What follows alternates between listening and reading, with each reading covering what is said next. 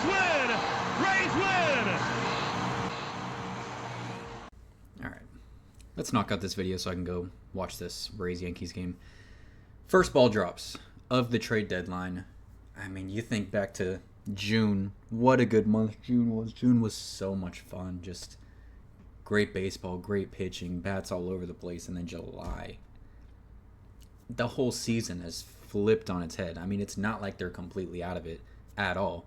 Massive series, 4 games against the New York Yankees this next 4 days, but painful. God, painful. So many blown leads. Like, I'm only talking about this because I haven't been making Rays videos. It's just been frustrating, and I've been busy, and now here I am locked in. Let's get into this trade. Rays trade Danny Jansen. Does not even spend a full season with the team. They did sign him to a 1-year deal for $8 million, which for the Rays is a big signing. And next year he did have a mutual $12 million option to stay with the team if it worked out that way. It does not work out that way. He's out before the trade deadline. So, this article, Rays catchers are not often around for a long time in Tampa Bay. Ain't that the truth? But even by their standards, Danny Jansen's stay was a brief one. Per multiple reports, the Rays are sending veteran catcher to the Brewers in exchange for one of Milwaukee's top 10 prospects, Jadier Arianamo. So, honestly, the return is not too bad. He's 21 years old. We'll get into him a little bit here in a second. Brewers looking to get a guy that is a play-now guy with experience to carry their ball club and help them out, where the Rays are, once again, reeling on the season, trying to just grasp a hold of something and just figure out how to get back on the track. Danny Jansen, signed in Tampa Bay this offseason, has struggled to match his normal production at the plate, hitting .204, .314 on base at the time of the deal. Patient hitter who knows the strike zone. We don't need to learn about Danny Jansen. We already know about him. So let's move on down to Mr. Jadier Arianamo, second baseman, once again, 21 years old, small guy if I'm not mistaken, 5'8", 160. Ranked as the Brewers' top 10 prospect in Baseball America's latest top 30 update. The Venezuelan native is an excellent defender at second and third, while also being a plus hitter. Arianamo finished second in the Carolina League in batting in 2023 and led the Midwest League in batting in 2024. Great signs there. Because of the Brewers' infield depth, he was sent back to the Midwest League this year. 5'8", Arianamo is not a slugger, but he does have the ability to drive the ball to the gaps, if I'm not mistaken. Oh yeah, it says it right there. He has 11 home runs this season with the Rays. Immediately becomes one of the team's better infield prospects. While the Rays do have a multitude of infielders, a number of them have struggled to hit this year. Carson Williams and Brendan Taylor most notably. This will be a reunion of sorts.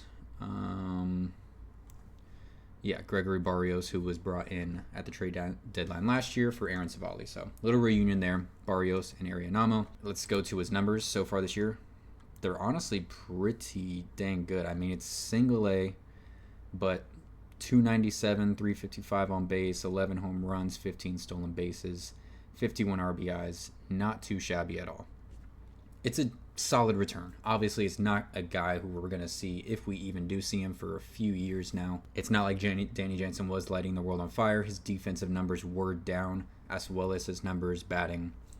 So I see it. Does that mean we're going to see Dominic Keegan here soon? He's been looking good in the minors. Who knows? Who knows? The Rays did make a second trade, though. Let's pull this guy up and take a look at him. Nick Fortes from the Miami Marlins. The Rays get their catcher. So Matt Thaiss, Nick Fortes are kind of just... They're honestly two backups, but one of them has to be a starter every day for the Rays. And it's probably, in my eyes, going to be a competition for who's the backup going forward, because you've got to have something better than this as your, usual starter. Nick Fortes, great defensively. Looking at Baseball Savant here, defensive numbers are pretty fantastic. Fielding run values, 76 percentile. Blocks above average, 92. That's fantastic. Framing, 95. Pop time, 76. So all really good stuff there from Nick Fortes defensively. Hitting, he's not going to bring much to the table. Rays catchers usually don't bring much to the table, so it's nothing new. It's, what we've gotten used to at this point. But the defense is there. We can take that. And who the Rays gave up in this trade for Nick Fortes, honestly, they really didn't give up much. Matthew Etzel, left fielder, 6'2", 211, 23 years old. His hitting numbers are not great right now.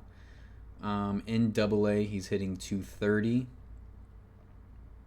5 home runs, 34 RBIs in 56 games. It's nothing spectacular. So it's not like we gave up much for a guy who probably his status is at a backup catcher level. So I'm fine with it. You're giving up a guy in Matthew Etzel who, isn't showing too much promise in the minors. Obviously, things can change for him going into the Miami system. Who knows what the future holds? Don't want to put the guy down or anything like that. But you get Nick Fortes, a guy who, once again, can compete for a backup catcher job going forward, has 3 years of control for the Rays, which is a very good thing. And they see the upside there. I get it. Once again, very good defensively, not a great hitter. 3 years of control. There you go. Compete for the backup job, and hopefully something gets better at the catching position going forward. Where the Rays are at right now, just a little update after the trade. Of course, the 4-game series against New York in New York is starting today, ends on Thursday, and then they have Los Angeles coming to town this weekend. So Friday's a 7:30, Saturday's a 1 o'clock game, and that's because Chris Brown is performing at Raymond James Stadium, and then Sunday, 12 o'clock game. So the standings, Rays, 3-7 in their last 10 on a 4-game losing streak, obviously coming off of a sweep against the Reds. Still have a plus 54 run differential. I would say it's surprising, but it's not surprising because so many of these games that they've lost, they've been in the lead and then just give it up at the last second, so it's not changing too much in terms of run differential, losing games by 1 or 2, things like that. 53-53, somehow found our way back to 500. At the end of June, if I would have said, before July is even over, the Rays are going to be at 500, what would you have told me? My goodness. 4th place in the American League East, 10 games back at the Blue Jays.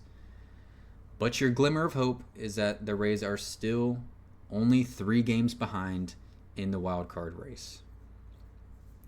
Rangers and Mariners are tied for that 3rd spot. Red Sox only half a game above them. Yankees only a game and a half above them. So, there's your glimmer of hope.